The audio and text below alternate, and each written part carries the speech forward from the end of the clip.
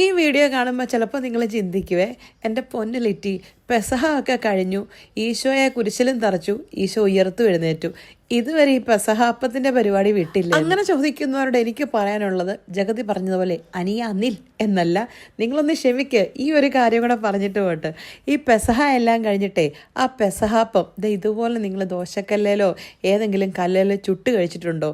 എന്നാ ഒരു ടേസ്റ്റാണെന്നറിയാവോ? ഞാനിതാ ഇലയോടെ ആദ്യം ചുട്ടേ, അത് കഴിഞ്ഞിട്ട് പിന്നെ ഇല കരിയാൻ തുടങ്ങിയപ്പം ഇല മാറ്റിയിട്ട് ദോശക്കല്ലെ ചുട്ടെടുക്കുന്ന ഇതൊന്ന് കഴിച്ചു നോക്കണം. സത്യം പറഞ്ഞാൽ എനിക്ക് പെസഹാപ്പത്തിനേക്കാൾ അത് കഴിഞ്ഞിട്ട് പിറ്റേ ദിവസം ഇതിങ്ങനെ ചുട്ട് കഴിക്കുന്ന കേട്ടോ. ഒന്നാമത് തന്നെ പെസഹാപ്പത്തിനൊരു പ്രത്യേക മണമാണ്. അതിൻ്റെ കൂടെ ഇതാ കല്ലേലും കൂടെ ചുട്ടെടുക്കുമ്പോൾ ആ വെളുത്തുള്ളിയുടെയും തേങ്ങയുടെയും എനിക്കറിയത്തില്ല ജീരകത്തിൻ്റെ എല്ലാം കൂടെ സ്മെല്ല് വന്നിട്ടുണ്ടല്ലോ.